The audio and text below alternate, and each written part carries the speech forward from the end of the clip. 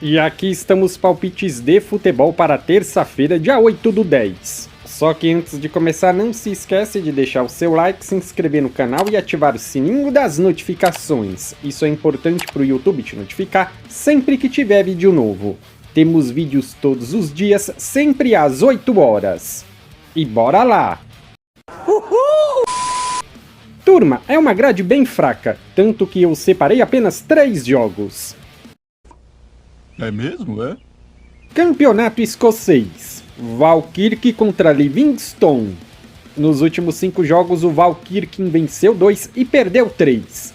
Como mandante, são 5 vitórias. Nos últimos 5 jogos, o Livingston venceu 4 e empatou 1. Como visitante, são 3 vitórias e 2 empates. Os últimos jogos entre essas duas equipes foram lá em 2019. Para mim, não servem como referência. Palpite: jogo under, menos de 3 gols e meio.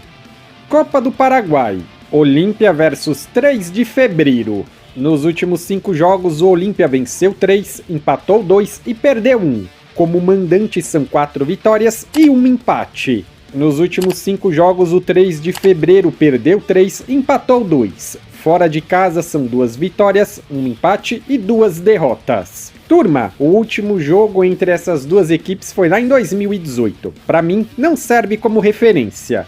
Só que o Olímpia é favorito. Palpite: casa vence. Copa da Colômbia: Bucaramanga contra Milionários. Nos últimos 5 jogos, o Bucaramanga venceu 3 e empatou 2. Em casa são 2 vitórias e 3 derrotas. Nos últimos 5 jogos, o Milionários venceu 3 e empatou 2. Como visitante, são 2 vitórias, 2 derrotas e 1 empate. Essas duas equipes já se enfrentaram 5 vezes apenas este ano. 1 vitória para cada lado e 3 empates. Foram jogos truncados e de poucos gols. 3 0-0 e 2 1-0. Palpite: jogo under, menos de 2 gols e meio. Para os mais conservadores, jogo under, menos de 3 gols e meio. Legal! Bem louco!